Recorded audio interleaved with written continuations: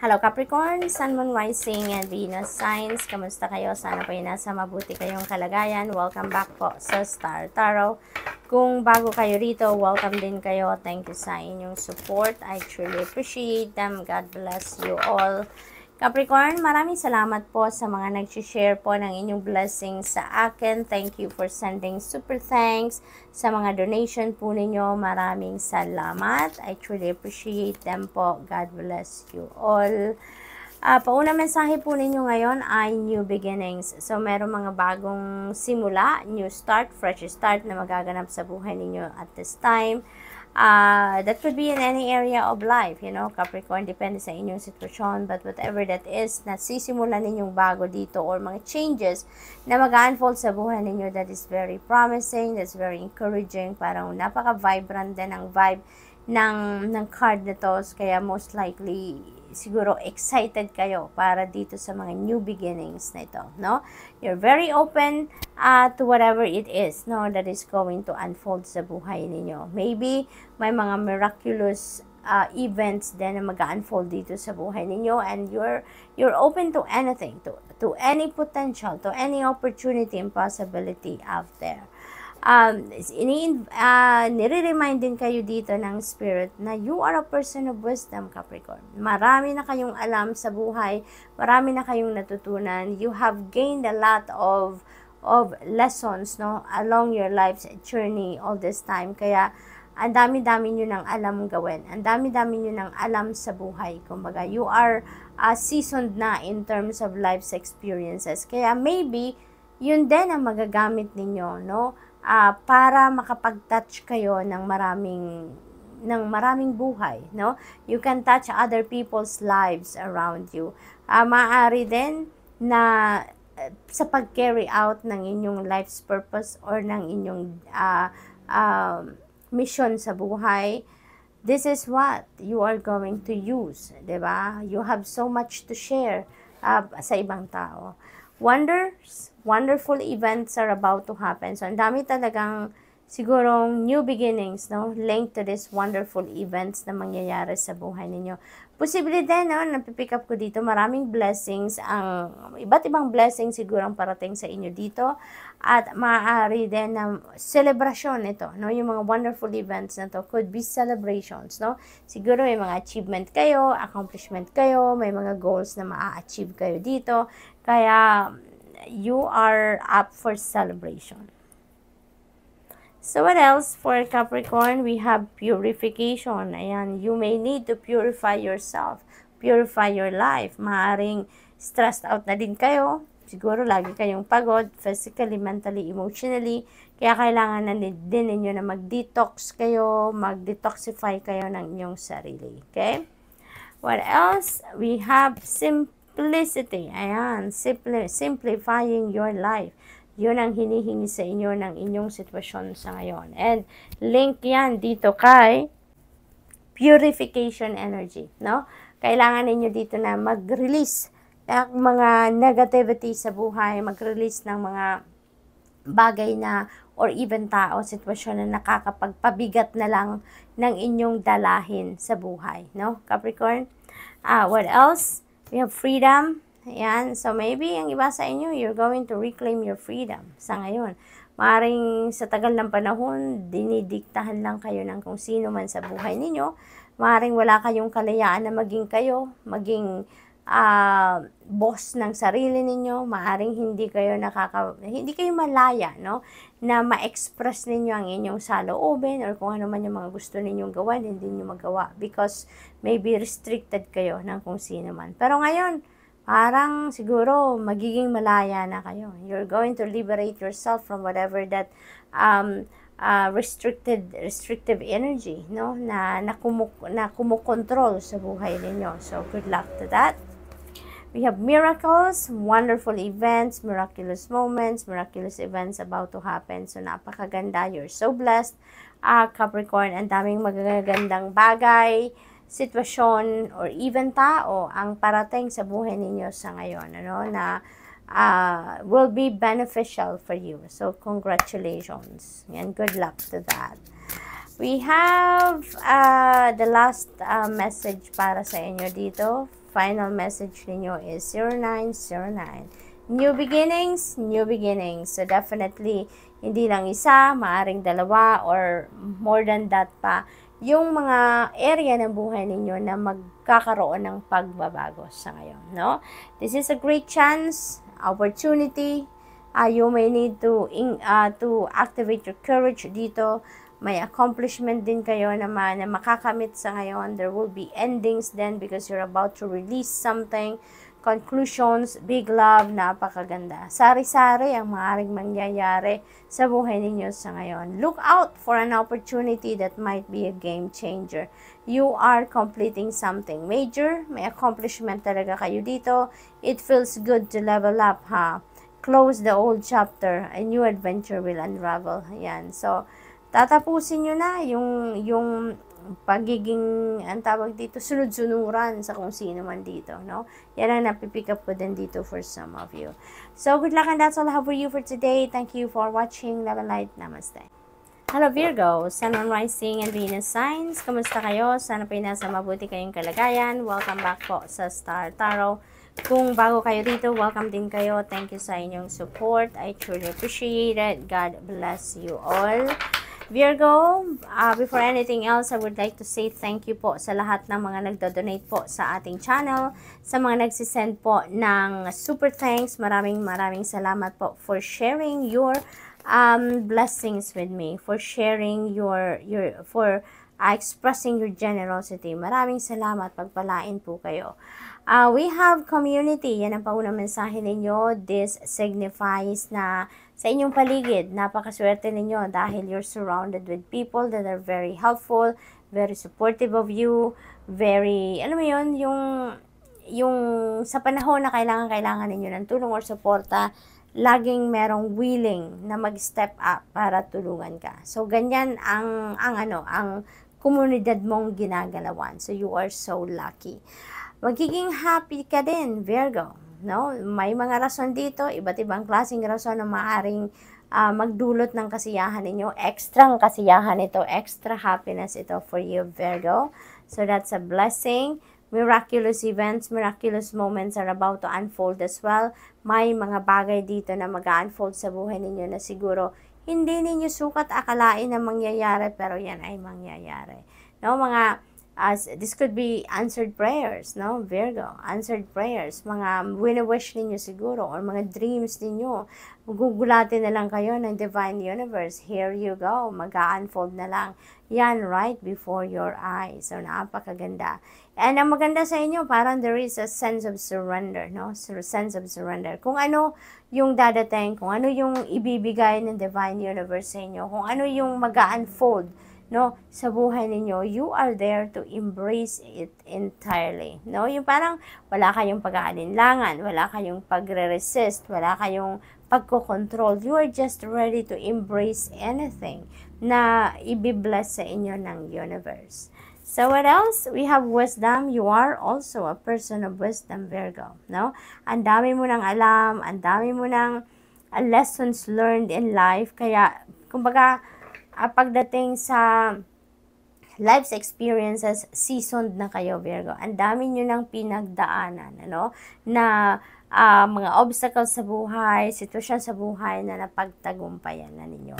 And maybe, you know, in order for you to carry out then, no, your purpose in life or your mission sa buhay, maaring yung wisdom ninyo, yun ang magagamit ninyo para mag-inspire din kayo na mas marami pang tao or para matupad ninyo kung ano man yung purpose ninyo sa buhay, 'di ba? Mag-inspire kayo ng maraming tao. New beginnings, ayan, marami to kasi beginnings, may S. Maraming mga bagay ang sisimulan ninyo sa ngayon. It could be in any area of life, depende sa inyong sitwasyon. Maaaring ay iba dyan, may bagong level ng inyong relationship na papasukin, maaaring may mga bagong pagkakaibigan mabubuo, maaaring merong bagong love and romantic relationship na papasukin ng iba sa inyo, maaaring mag-i-start ng bagong pamilya, ang iba sa inyo, bagong trabaho, bagong karera. It could be anything, Virgo, na maaaring dumating, no, sa buhay ninyo. Flexibility, napakaganda naman. Yung bamboo trees, napakaganda, very colorful. That signifies abundance, prosperity, financial success. So, napakaganda dahil merong parating dito na biyaya pang kaperahan sa inyo, no? Napakalago ng mga napaka-colorful na mga dahon ng bamboo trees na to. Kaya parang ang ganda-ganda ng pasok siguro ng pera sa inyo sa ngayon. Maaring return of investment yan, negosyo yan, or trabaho ninyo na siguro nagbo-boom. May promotion siguro ang iba sa inyo, may financial blessings, financial opportunities ang parating sa inyo dito, no? This is also an invitation for you to be flexible, no? To be flexible, kung ano man ang parating sa buhay ninyo, with embracing energy, it feels like to me na walang problema yan sa inyo, no? You are adaptable, you are flexible, and you are ready to embrace whatever it is that the divine universe is going to bless you at this time. So, what else? We have illumination. Ayan. So, maaring iba sa inyo dito naghahanap ng kalinawan sa inyong sitwasyon, clarity, illumination, clear direction of where you are heading. Maaring yan ang mga hinahanapan ninyo ngayon ng linaw, no? Maaring yan ang hinihingi din ninyo sa divine universe. Kaya, with the illumination energy, it feels like to me that you will be definitely shown the way. Kung saan kayo papunta, anong dapat ninyong gawin, what decision, no, na kailangan ninyong gawin sa ngayon. Maaaring yan ay i-guide kayo, ililid kayo ng universe patungo dyan.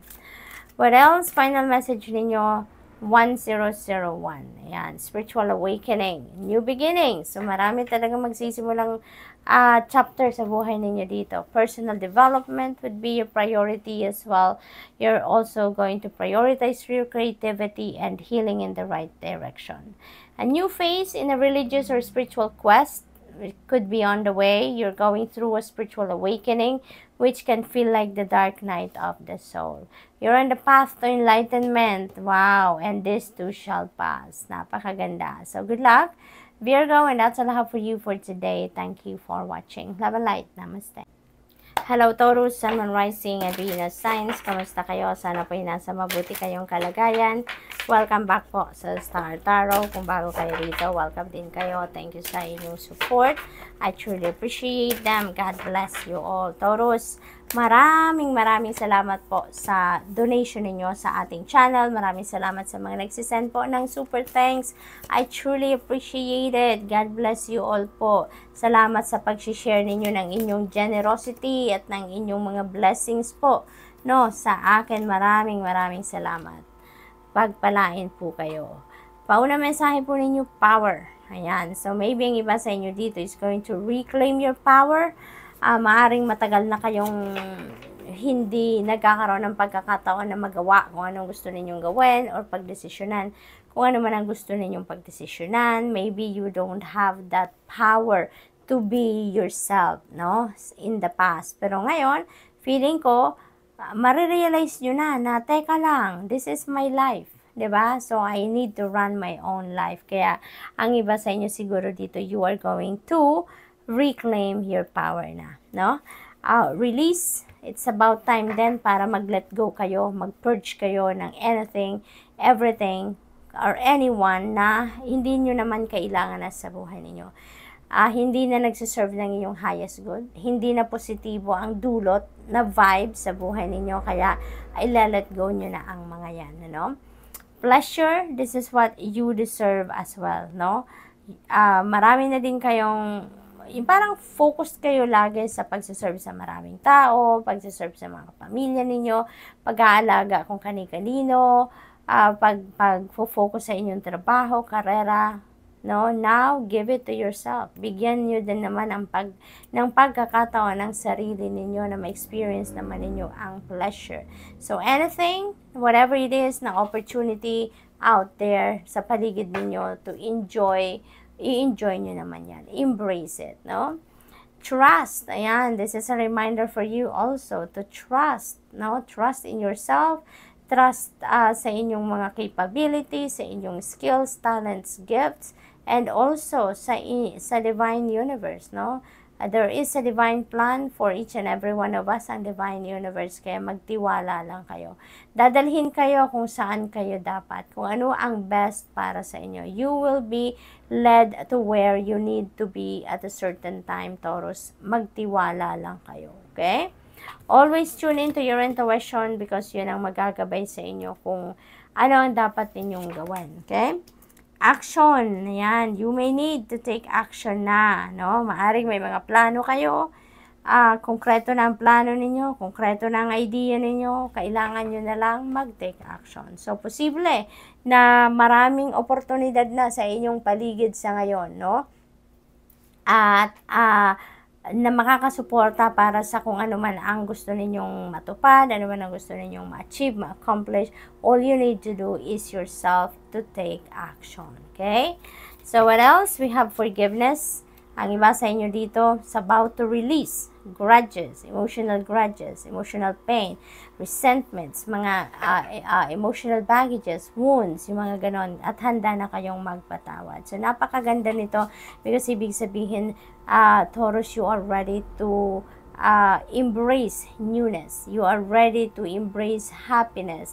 You are ready to embrace a new life, no? Kaya handa na din kayo na mag-forgive because you are excited na siguro to move on with your life sa ngayon. So, which is really beautiful, diba? Para ma-experience naman ninyo yung life, diba? At hindi na kayo doon naka-confined or hindi na kayo naka-restrict doon sa mga bigat ng nararamdaman ninyo, no, nadulot ng kung ano man ang nangyari sa inyong nakaraan. We have security. This is a reminder for you, no, maaring security ng inyong mga valuables, tangible and non-tangible. Okay? So, this is a reminder for you na alagaan ninyo yan, yung mga mahahalagang bagay sa buhay ninyo. Make sure na they are all secured. Stand still. Ang iba sa inyo dito siguro may need to put yourself in solitude muna, no? Mag-step back muna kayo sa kahit anumang pinagkakaabalahan ninyo at wag muna kayong gumalaw before you make a decision or before you make a move, before you take action. Magmuni-muni muna kayo because there may be important downloads, important messages, intuitive messages na pinapadala sa inyo ang Divine Universe to guide you on how you're going to navigate, no, this new life or these new things, no, na gagawin ninyo. Final message is 2323, endless cycles. Ayan, there's charisma, communication, society, movement, journey, daming galaw, no? Repetitive circumstances and patterns. So, maybe ang iba sa inyo dito yung parang paikot-ikot lang in circles. Maaring, feeling ko dito, you know, yung plano, itong pagpaplano ito ni Taurus, maaring plano kayo ng plano, ang dami na ninyong ideas, ang dami na ninyong gustong gawin, pero hindi naman talaga kayo nagte-take action. So, nandyan lang yan sa isip ninyo. Paikot-ikot lang. So, there's some truth you're resistant to accept over and over again until you're tried and restrained beyond depression. It takes a decision to live life for yourself. Life is all about passion. Then you make a change and the world around you follows. So, good luck, Taurus, and that's all I have for you for today. Thank you for watching. Love and light. Namaste.